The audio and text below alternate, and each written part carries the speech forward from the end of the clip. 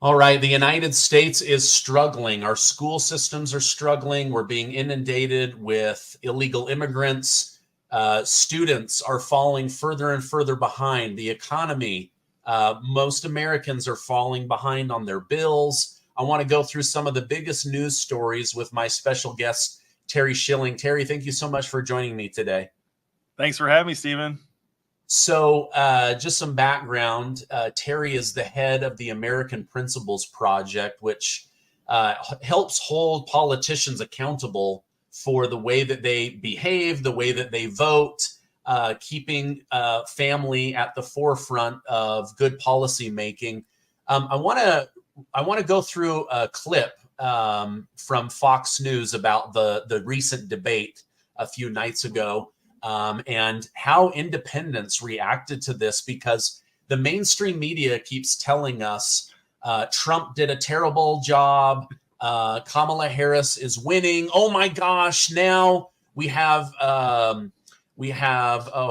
Taylor Swift has just endorsed her. Obviously, that means that she's great, even though I like Taylor Swift's music, but I don't give two craps about her thoughts on my children or education or my political leanings. But let me run this clip and then we'll talk about it together. Okay.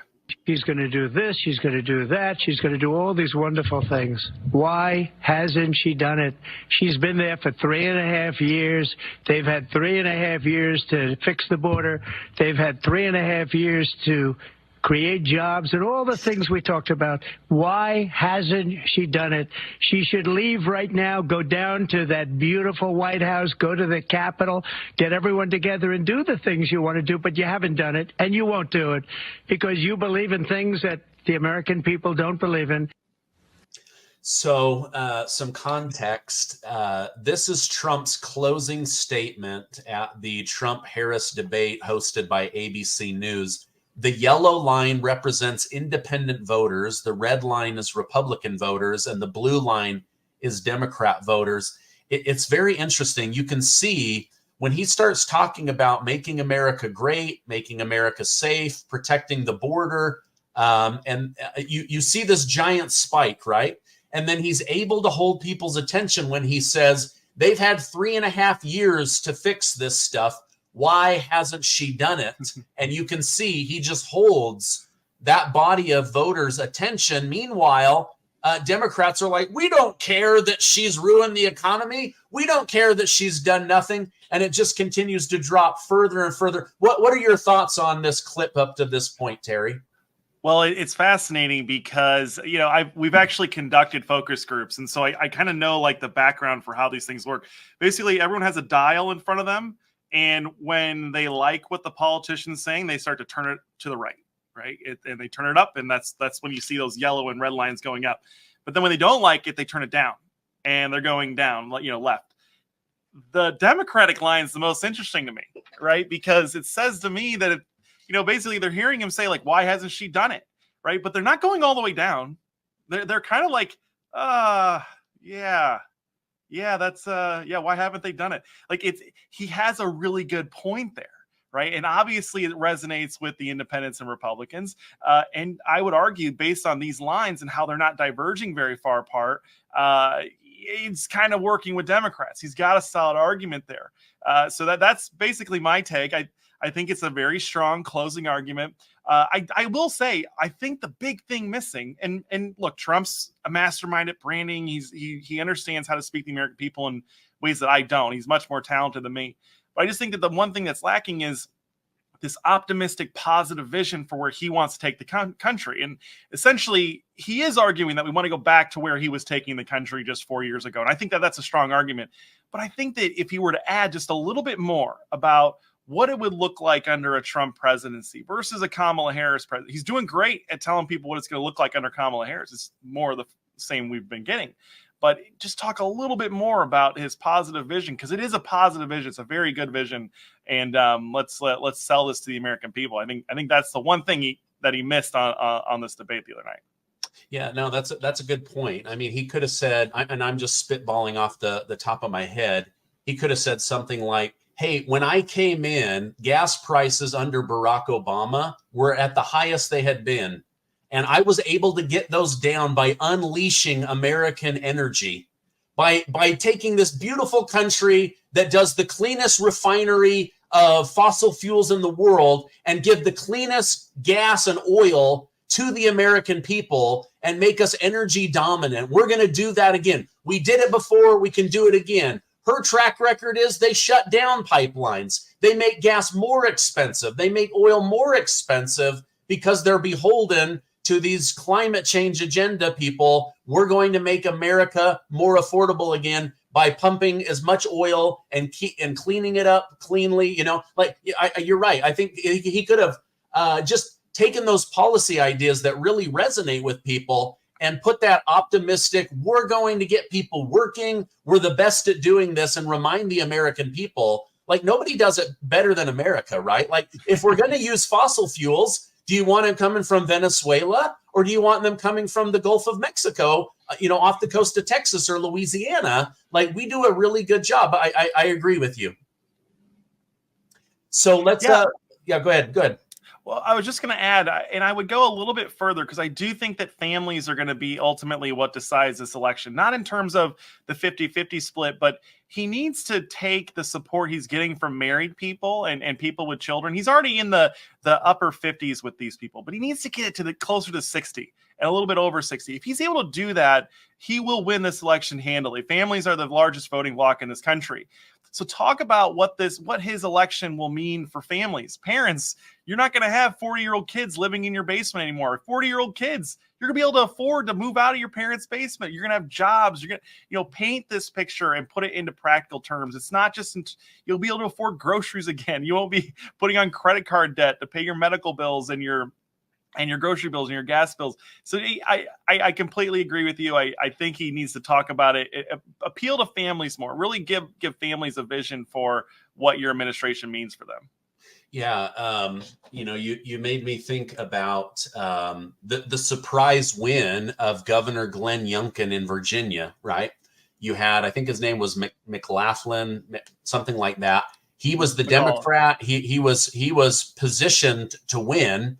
And then all this scandal came out about schools, genders in the girls' bathroom, a couple of students being violated.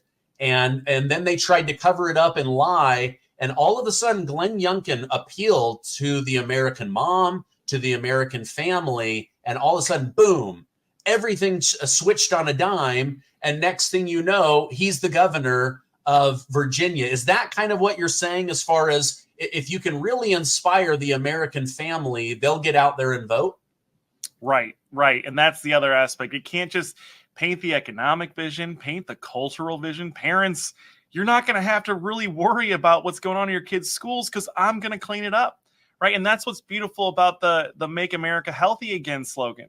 Right. Only rich people right now, and people that have a ton of energy and extra time to really monitor what's in their food, they have to go to all these different grocery stores and pay a bunch of extra money.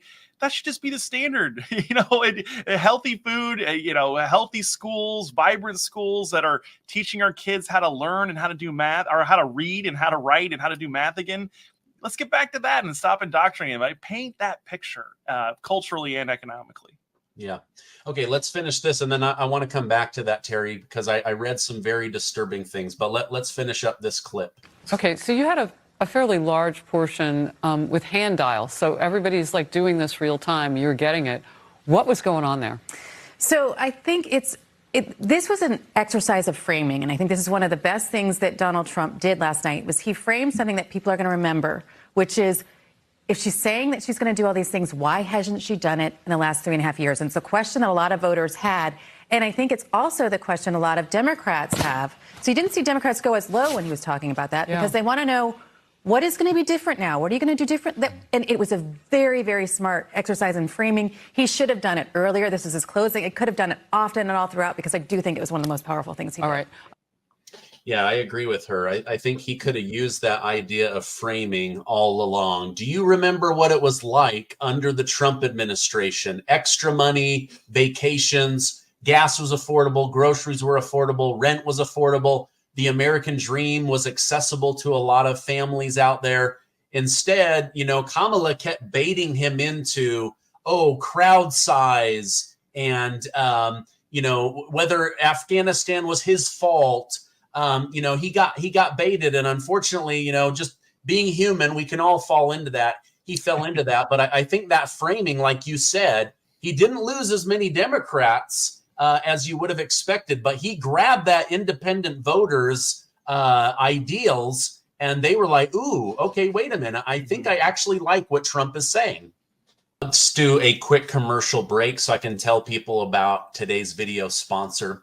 We all have two ages, our true age and our biological age. Our biological age suggests how healthy or unhealthy we are on the inside. You want your bio age years younger than your true age. Let me tell you about Field of Greens and how I'm using it to lower my internal age. A medical test can reveal your body's biological age, which can show if you're aging prematurely. Better nutrition has been shown to reverse one's aging. My hope is living longer and healthier through Field of Greens. Now, Field of Greens is an organic superfruit and vegetable drink, unlike any other. It's serious nutrition. Listen to this. Field of Greens was approved for a university study that doctors believe may lower your biological age. That means getting better health. Now, I love this. This is the strawberry lemonade. This is my favorite flavor. Now, each fruit and vegetable in Field of Greens has been selected by doctors to support vital body function like heart, liver, kidney, metabolism, and immune health. Only Field of Greens is backed by this better health promise. At your next physician or checkup, your doctor will notice your improved health or you get your money back. Now, join me and get 15% off and free shipping. Visit fieldofgreens.com and use promo code Gardner. That's promo code Gardner at fieldofgreens.com, fieldofgreens.com, and go ahead and use that QR code if you're watching this on TV. All right, now let's get back to the interview. Well, there's the straw man arguments, right? And those are really weak arguments to make your opponent look stupid. Then there's the Iron Man arguments that are really tough to argue against. And that's what he closed with. And so I pray that there is another debate because I like more discussions, even if they're rigged. I think he held his own against these, these three people that were against him in this last debate. But I think that we need more discussions and more debates on this. And so I do hope, even if it's on MSNBC, I would advise him to do it and to really hammer home on his closing message throughout the whole debate. Every single time chance he gets, get back to that question. Sometimes, look, she keeps saying we're not going back. Well, sometimes people do want to go back, right? Nostalgia is a very powerful thing. That's what he tapped into in his 2016 run, was to make America great again, get back to the greatness of America in the 80s and 90s and away from this malaise that we suffered in the 2000s. It's a very powerful thing, nostalgia, and tap into that, tap into going back to what things were like under his presidency before the pandemic and before this disastrous 4 years of the Biden-Harris administration. Yeah, I agree. I recently read that 1/3 of all U.S. students are behind on their grade level, and in some cases, a large percentage are actually failing. Is this because Democrats lead the school systems that it's failing us? Is this the fact that they are spending money on stupid things instead of good teachers? Is this because the teachers are under pressure to hit certain criteria when it comes to testing versus, the dissemination of important information? Where do you think the school systems are getting it wrong right now? Essentially, I think the biggest problem is that the school system has been turned up on its head. It used to be that a local community would start a local school and they would form a school board to hold that school and the teachers and principal and the administration accountable. That got turned on its head once the teachers unions started really investing into these local elections. And now, especially here in my home county of Fairfax, you look at the school board, it's like 100% Democrats and it's 100% teachers union supporters. That's not how it's supposed to work. That's putting the wolves in charge of watching the chickens. It's not how it's supposed to work. It's supposed to be parents and outsiders and holding these boards accountable. But right now, no one's holding the schools accountable. So when they fail, they actually get more money, right? And their arguments are very terrible. No one measuring academic achievement is not hurting academic achievement. It's not taking away. They're arguing that they're spending so much time throughout the year to prepare for these academic achievement tests. That's why they're failing. That doesn't make sense. That just doesn't make sense. If you were spending the whole time, too many resources and time preparing for the tests, then the test should be performing really well. And I just want to lightly correct you on something. On the National Assessment for Educational Progress scores, when it comes to English, reading, writing, and math, only 1/3 of our kids are reading and writing and doing math at grade level. 2/3 of them are behind, and they're not at grade level. So it's much worse than we realize. So I think the biggest problem is that there's no accountability for the schools. They actually get incentives and more money when they do worse. So the more the plans fail, the more the planners plan, and the more the planners spend. But then on top of that, we've created an economy where both parents essentially need to work today in order to make ends meet, and that's not sustainable. So you can probably track these scores and academic achievement and education levels for people based off of when we needed 2 incomes to support a household, right? It's okay. Like prosperity is fewer hours worked for more money, right? Like that. You don't want to work more for more money. You want to work less for more money. That's prosperity. And we've been working a lot more just to stay above water. And we got to get back to where we have more flexibility, where both mom and dad don't have to work, where one can afford to stay home and to prioritize working with the children. It's a full-time job raising kids for both the mom and the dads. And so, when you're a mom and a dad and you take on extra hours at work, you're taking away from your kids, right? They're the ones that really deserve and need your time and affection. We go to work to afford kids. We go to work to provide for them. And we got to make sure that we start to get back to an economy where there can be a healthy balance between making money and providing, but also providing for their emotional needs, not just their financial needs. Yeah. No, that's a good point.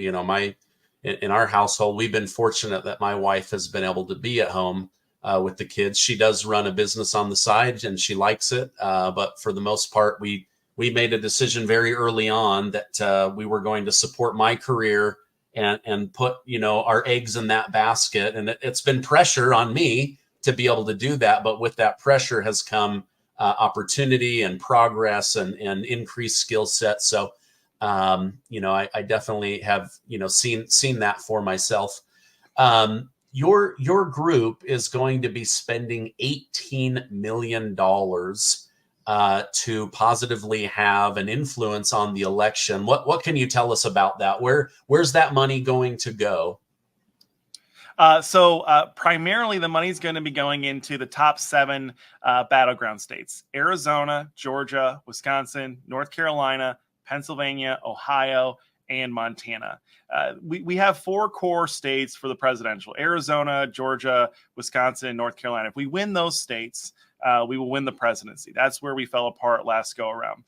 So we're investing in campaign ads, highlighting Kamala Harris's insane agenda when it comes to our kids, putting men and girls sports, confusing children about gender, empowering a $4.5 billion transgender industry that's mutilating and sterilizing our kids, but also talking about the decisions that Kamala Harris and Joe Biden made with our military. The Afghanistan pullout was a disaster, and it was because we've put a bunch of people in leadership in the military who are bigger experts on diversity and all of this woke ideology than they are in military combat and military practices. That was a disastrous pullout. On top of all the lives we lost unnecessarily and the chaos that we left that country, we left $80 billion in equipment. Right? And there's that famous video of President Trump, talking about how Milley told him that it's actually a good thing that we left all that stuff back there because then we can make new ones. He says that's got to be the stupidest effing thing I've ever heard in my life.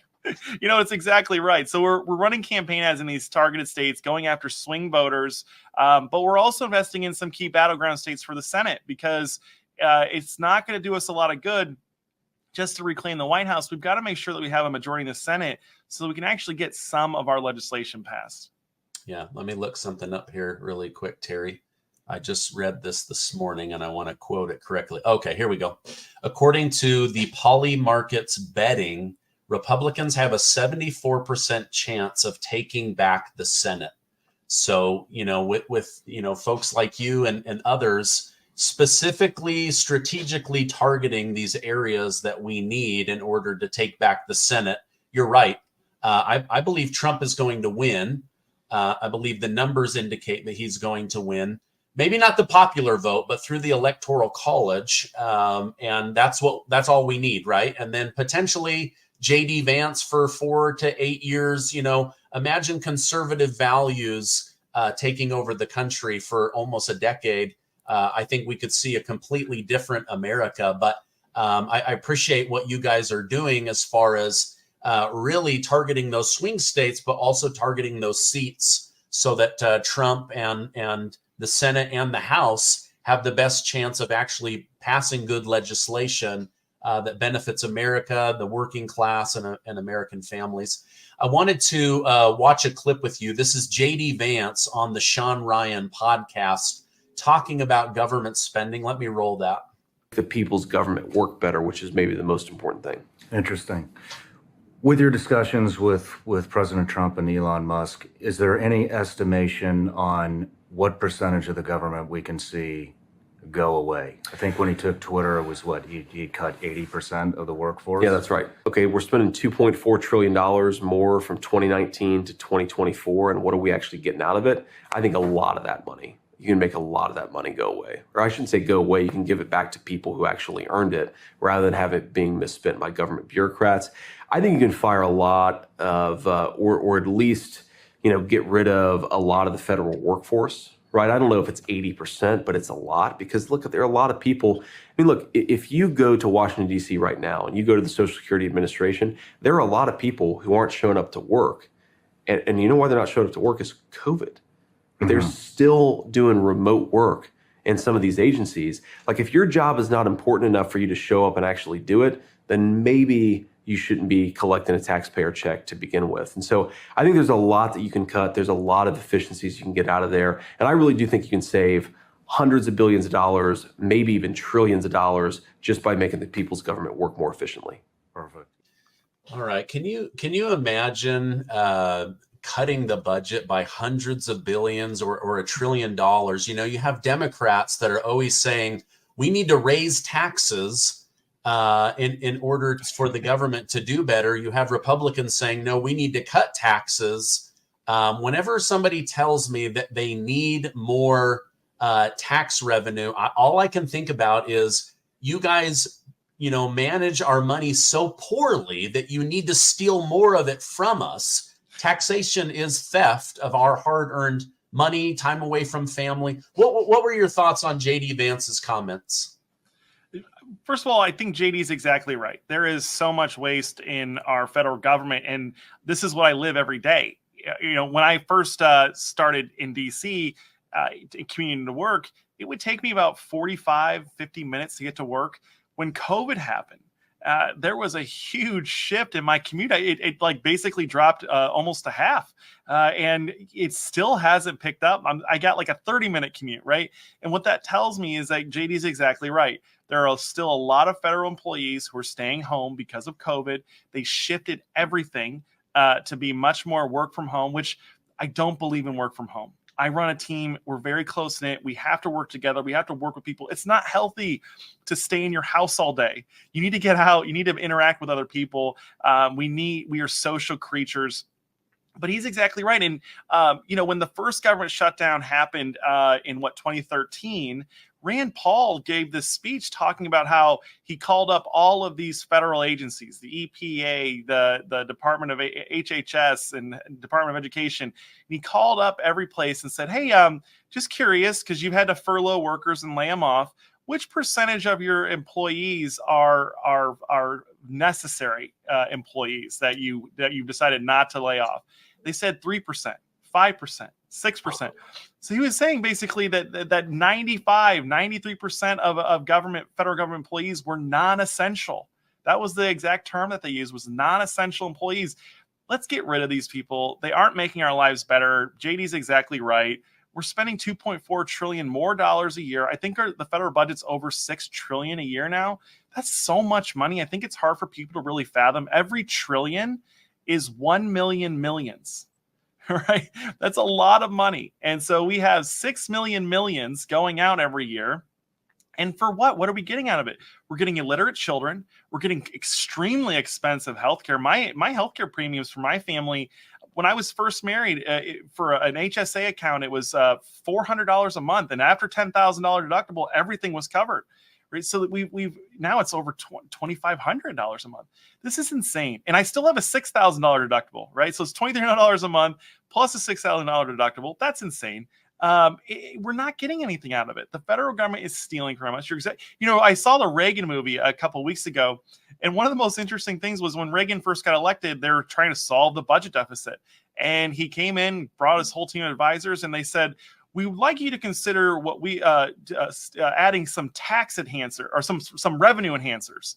And he said, is that what you all call tax increases in this town? My goodness. And that is the type of, focus grouped, marketing language that these people think in terms of. And it's just absolutely garbage.